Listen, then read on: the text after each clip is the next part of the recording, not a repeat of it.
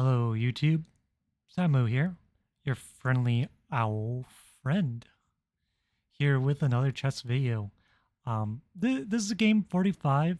It's like 5 second delay. Both about equally rated around mid 1600s in classical chess, roughly. Well, this is a rapid classical hybrid, so my rapid's in the 1600s, and then my classical is actually in the 1500s because it's hard to get classical games. But regardless, we're good club players. Don't expect too much from this, but it's a relatively interesting game, and we go down a very theoretical line of the Fort Knox variation of the French defense. If you're familiar with all that, um, it's a very solid line from Black. It's kind of hard to win, and we both played it very well. There's not really anything I'm too unhappy with other than how the game ended, which kind of got blown out by a mistake, as you guys will see. Um, yeah, so they start off with E4, and I I really dislike playing against E4 a lot. I'd rather see D4. I like the King's Indian style setups or like the Dutch defense.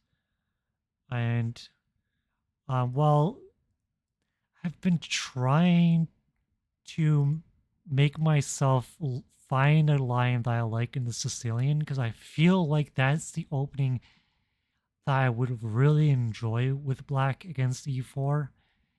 There's just so much theory with it. So I've been trying to learn the Carol Khan instead because my main weapon is actually just the French defense. This is what I've been playing since I was a kid. And the reason is because a a chess software developed in 2000, Chessmaster 2000, in fact, said I should play this line inside their kids' chess tutorial area. And so when I was 8, I played this if I played black and just kind of played from there. Most of the games were the exchange variation, so it was just like to me, like seemed like a fun opening because I found the exchange variation very fun as a kid. Very symmetrical lines I liked as a kid, and like how okay now it's equal, but I can play with my pieces and try to outsmart my opponent, and I don't get into any trouble. But anyways, with this, I've kept up with it, and it's mainly due to the fact that it's very easy to keep up with the theory. Because when I play d4 here, and they move the knight to either square, I just take. They take, and I play bishop d7. The starting move of like the Fort Knox. Um, the opening explorer doesn't say it's the Fort Knox yet, but it's the Fort Knox. The idea after knight f6 is to play the bishop to c7 after they defend the knight or move it. If they move it, there's some differences that you can do, but the main point is I'm just going to take it and then play c6 and argue as black that I have a Caro-Kann structure. I'm super solid. You can't win. Near, near, near. Ha ha. And so they continue with castling. I develop the knight. I get some time back because one of the bigger issues with this whole setup is the fact that I commit 1, 2, 3 moves with that bishop and then I have to play this pawn move. And so they have 2 pieces developed and I've already castled.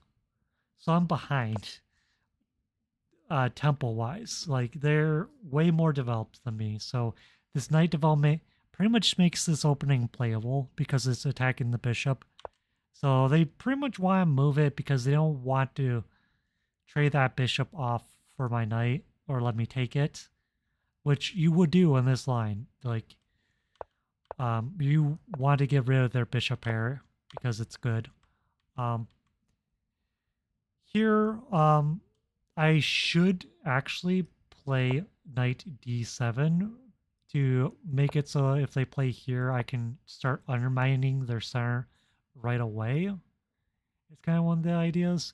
And if they don't play this move and play something different, then I just cast castles, and it's fine.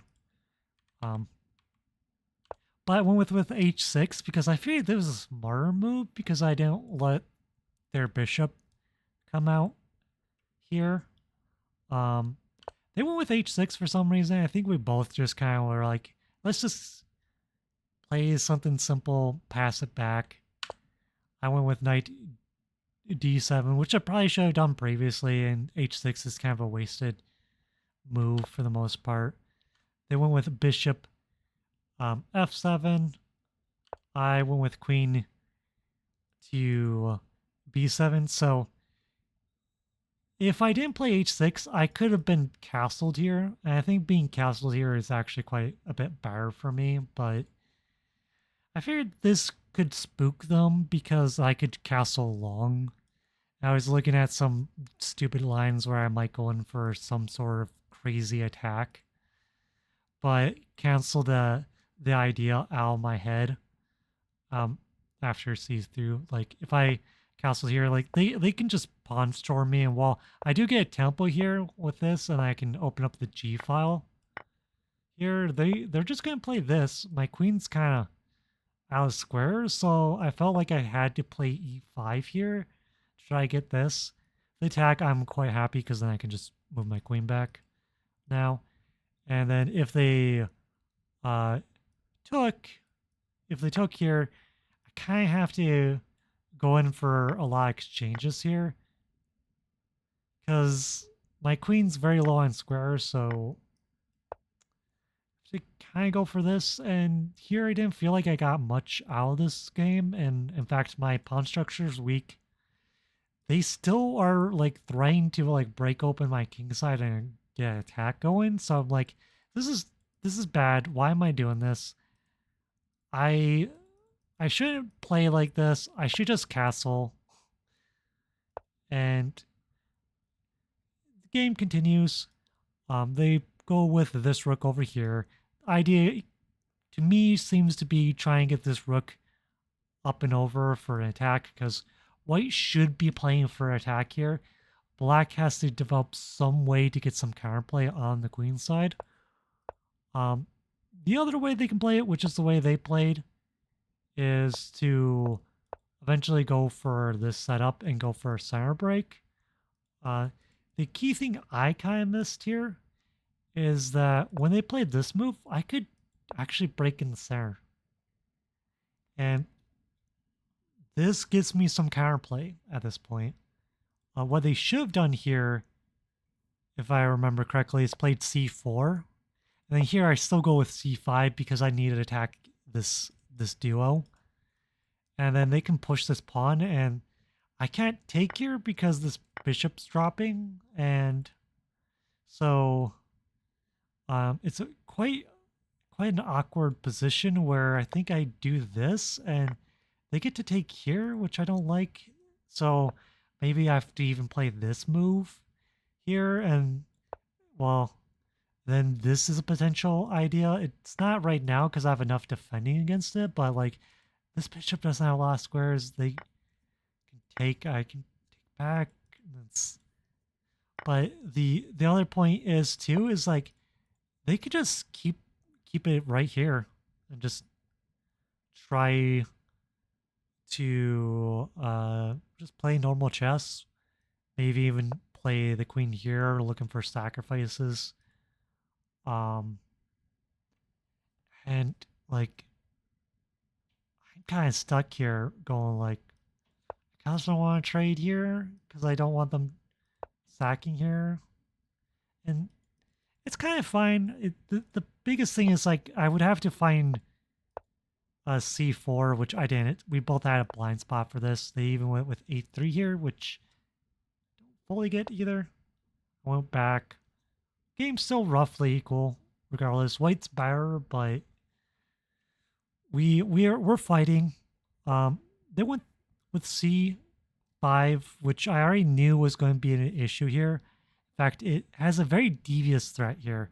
So if I play a dumb move like king here, I lose on the spot because this traps my queen. My queen can't come here because the bishop takes it. My queen, if it doesn't move, gets captured by the pawn. If I go here, b5, attacking my queen, which is defended here. And if I go here, taking this pawn, rook here, and my queen's trapped. I have to sack the queen for the rook here because I can't go here because the queen's defended it. And yeah, I could take here. You go like, well, how is the queen not trapped yet? Well, it is because the rook then attacks it. And there is no squares for my queen. So I have to now sack for it. So, well, it doesn't look like my queen's trapped here. It is. Because of this line where you give up the 2 pawns and trap my queen. And so seeing that, I was like, oh, okay, I have to really consider here. And for whatever reason, I didn't think of this pawn move. I just felt like I had to keep the structure as is, and I went with a5, which isn't the best idea, but funny enough, it kind of worked out in the end.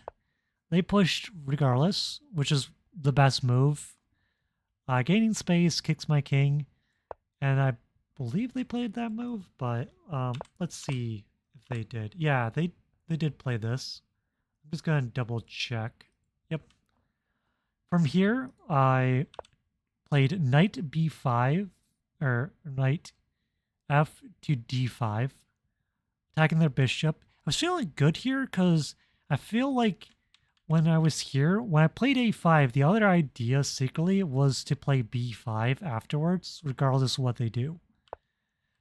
Even if they don't play there, and they played, say, I don't know, this move, to move my queen out of the way and then play for b5. So I was feeling good, and with this pawn being moved here, I felt like this made my b5 idea even better. Because after the play here, I can attack their bishop. They move the bishop back. I can take here. Figured they could take here, but if they did, I get rid of their bishop pair, and now b5 again. They don't want to take here because this is kind of a liability right away. And if they don't, then I will have the same idea as I do in the plan. So they took it this way. Makes a lot of sense. I went with b5 here, figuring that, again, if they take here, I'm happy because I have instant pressure on this pawn. This pawn's weak, but this pawn's also weak. It seems like I could potentially get a position where I am able to win, be up a pawn. We have this 4 on 3 and some sort of end game. I would kind of prefer with like a knight versus like a bishop scenario and go from there, because the knight with the pawns on the same sides tends to be slightly better than a bishop actually in the end game there, where normally the bishop's a little bit better. They didn't take, which I think is the correct idea. They take over this file, which is something I knew, and knew that their best idea probably was to try to double up on the file. So I have to take the opportunity instantly to fight them on this file.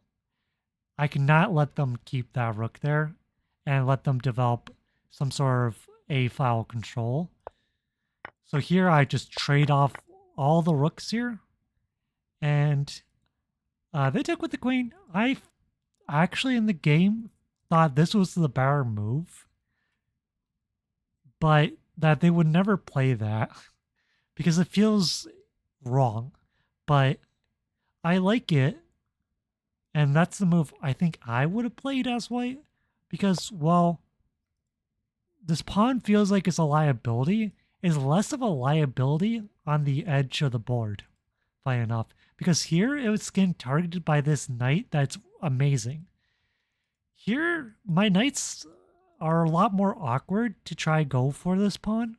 This bishop's never really gonna get over here to like help in stopping this pawn from pushing, so it has to be a knight.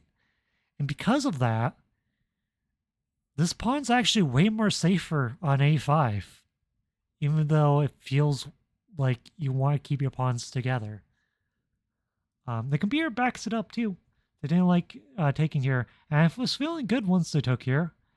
But I felt like it was kind of difficult to come up with a plan. So I was like, let's trade queens. They didn't want to trade queens. I figured trading queens was actually their best plan, or something a little bit more active, like queen back here to try to get the queen over quicker to this side of the board to try to develop some sort of attack. But instead they went here and we're actually equal for a change. We've equalized, if not, we're kind of slightly better because we have a better pawn structure than them. We only have one backwards pawn to their two. I'm feeling good. You know, I've got all this kind of intense, awkward opening into a pretty decent middle to end game style position. Then I played g6, which was not really quite the idea here. I was thinking like I want to go on the long diagonal as my remaneuver, but the computer I think wants you to do it this way instead is one of the ideas, or just get the knight involved. Just move the knight up, or I think, or take the opportunity to like attack this guy, something like that. We can look into it more when we get the tail of the tape. But anyways, this was my move. I felt good about it. I thought it was a decent move. They didn't capitalize on it. I think it's one of these like weird computerish style things where this inaccuracy, it's nothing we would ever be able to punish, and I don't think even higher rated players would be able to punish this move that much. My biggest disappointment here is not realizing I don't have to defend this. Because if they take, I just take here.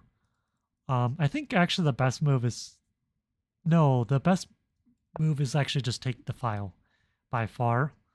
And by taking this A file, we're actually putting more pressure on them, because if they take here, I just take this pawn and I have a connected passer and we're happy. I didn't notice that, so I, in the game, defended the pawn. We're both like about 20 minutes, so if it's reasonable that we're both feeling a little bit of time pressure at this point. Like, it's getting closer to like to 10 minutes at this point, you know, and we're getting to more rapid time. We both want to win this game. We don't really want to draw. It's kind of still everything to play for at this rating. They went with Queen E1. I feared to remaneuver the queen over to the king side. I just developed the bishop to this long diagonal because I figured it, like, one of the other things I was worried about here was simply, like, if I played here, they could bring the knight in and, like, be able to take with, like, the queen here instead of being forced to take with the pawn. In hindsight, like, I think taking with the pawn is the better move anyways. So I should have not been really too afraid of that. But I was. So instead of taking the file, I decided to put my bishop on the long diagonal. The computer's fine with it. I think Queen A7 was the more accurate move. But it's fine.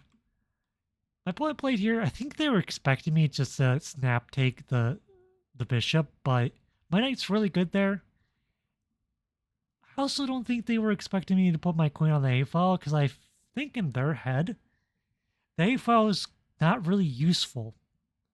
So they didn't think it was useful for me, but it was very useful for me. Let's get back to that position. That was a bit of a spoiler there, but um, the AFL is very good for me because I can infiltrate. In fact, I think their whole point of moving their bishop back here is to defend this pawn preemptively because my queen's coming in. And I'm attacking this pawn. So you kind of need the bishop to defend it. I'm also attacking this guy here, so they have to do something about the bishop. They went with this move. And here, I was like, kind of struggling to find a move. And I figured my best move is actually this. And I figured their best move was actually to move the bishop back here. And here, I figured like my best move was actually just move my knight back. And maybe we have like a draw by repetition. Funny enough, was kind of going through my head. The other thing, the reason why I went with this move is I felt like they might go for this. And they did. Which I knew was not good. Because I could take here. And after they take back with the queen, I could just take this. Giving up that bishop. Because after they take back, I win this pawn right away. But then I realized if I win this pawn right away, like, I can't really take this guy. Right? This guy is now under threat. If I defend it with the king, then, like, the bishop takes here. I'm getting checkmated out of nowhere. So I'm like, oh god. Okay, like, maybe I could defend with the queen here, but, like, then I was like, but then, like, the queen can come back, or maybe even, like, this idea of sacrificing could end up happening where they might get perpetual. It doesn't work here, but, like, queen here attacking this pawn, and, like, I'm like, I don't see a good defense here, because I can't do this, because they can just take it. So I'm like, okay, I guess I have to push here, but then, like, g4, and, like, oh god, like, how this is happening and stuff. And also, all through that calculation, you might have noticed something a bit of an issue there with queen a7, which I realized. And the reason why I'm going this order is I just realized I'm simply dropping a knight right away. Like, oh no, this is really bad.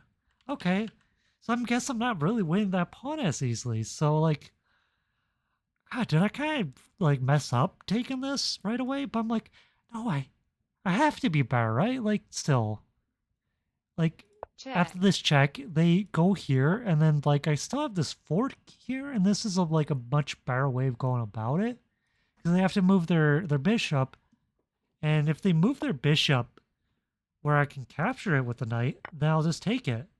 I'm happy. And if they move it backwards here, then I'm fine taking here, because then they don't have this bishop for the attack anymore. And they kind of need to take my knight here, because if they don't, like, this is coming in with, like, a fork with a big attack coming, and it's pretty good. And if the queen comes here, I can just defend this pawn, and yeah, you can go here, but then I just walk up, and the position's really good for me. I'm just doing good. So I was feeling like I might win this. Like, I'm winning a pawn here quite well here. And the knight defends this indirectly, and this pawn's weak too. This pawn's weak, so there's some winning chances here. It's still like a draw, best play, and all that. I feel for white, but I'm putting the pressure on them. I'm feeling good because I've suffered through this whole game with, like, just having to figure out the whole mess of, like, coming up with the a5 and b5 to get my queen not to be trapped. And check, this was my moment to win this, to get back in the game and do good. And they played this. There there's a double question mark there because I have the computer analysis of this. And that's a bad move. And I knew this was a bad move, but I was like, okay, think about it though. What they're trying to achieve with this. I was like, they're probably trying to achieve a perpetual. And so I looked at, like, if I take here, this queen could check me. check, And, like, oh, they're trying for, check, like, this perpetual idea, maybe, or something. But it doesn't work because I have this pawn here. But maybe, like, check, this happens and there's something. But I'm like, there kind of check, isn't. Even check, here, like, my king can kind of walk away. check, In this case, I get mated, but I didn't really see the mates there. So I'm like, yeah, like after spending like 2 minutes kind of thinking here and just kind of get over the fact like this can't be anything. This is a joke. Like, and my knight's defending here too. So like I took. And then I realized this H pawn. This H pawn can attack me on this square by pushing. And I all of a sudden just realized this knight guards none of the key squares, like this square here or this square here, right? And I was like, I'm just getting mated, right? By force because of this h6 thing? Yeah, I am. And I realized, I really discussed when he played this check, that I'm just lost. Because he plays this right away, and I'm just like, yeah, I'm getting mated. And I realized what I needed to do was f6 here. Because in this position, there's no way for the queen to defend this bishop. We get a temple here. The queen can take here, but we take the bishop, and we're up a bishop. They can take this pawn, but after I take this and defend my knight, yes, they can get like two connected pass pawns, but like I actually can go here and potentially just go in for a mating attack. Or simply I can just take here and play it a lot slower and just um go simple because even if they push this pawn, this is a check, mistake because this check here, and I could just take this pawn. I'm just up a piece. Simple as that. There's still a lot to go to convert this, and against Stockfish on high level, I lose this, or it probably ends up in a draw against Stockfish 8. But nope, I took, and check, after this, I try to figure out is there any outs that I have, any crazy outs, or is there any way that I can maybe trick them? And I figured after they check, went with this check here, there's 3 moves here, all which mate. I figured this was the worst one because it's just a check check, and then mate. check, I figured I should move my king up because then in this position they actually have to check, check me and then give this mate. check, It doesn't matter which way my king goes because this is check, checkmate either way. But um I felt like this was pretty easy to see, check, this H pawn check. Also, I figured even if they didn't see it after this move here, I'm getting checkmated here. So I guess this is like a check, way I can get I can't even get out of. It's like, and if I try to defend that square there, then check, this, oh no, that isn't checkmate. So yeah, I figured there was like some other ways they can mate me, but um I decided in the game check, that king here was the best way to try not to get mated. But check, they saw it and just check, went here and here and checkmated, which is how the game ended. I just let them mate me because I could resign, but I was like, I just want to make check, sure that they don't play like something dumb like this check, pawn move, because sometimes you might do this and think, oh, I can checkmate with the pawns, but there's a pin here, so there is no checkmate, and then I'm now winning. So I was looking for like some of check, these stupid outs, and check, they don't exist. Um, this check, is also not checkmate. Yeah, I think it was something like this happened. Um, I could take check, here with check too if they didn't see like the mate right away. Which, if you calculate this bishop sack, you know this is a mating net and all that. So check, um, with this, the biggest thing I learned here is when your opponent sacrifices a piece first, think that they have a mating attack. Think that they are sacrificing for a mate. Then consider if they're sacking for a perpetual check where their queen can attack the king in a way where the king can't escape checks and thus forces a threefold repetition. And then after that, like, try to see if there's some way to exploit this better. Because obviously, the biggest thing here is if I play any dumb move, this is check, just checkmate in one. So this is a big threat here. So I have to guard this square from checkmate. And I also needed to guard this square, so that's why f6 is the move.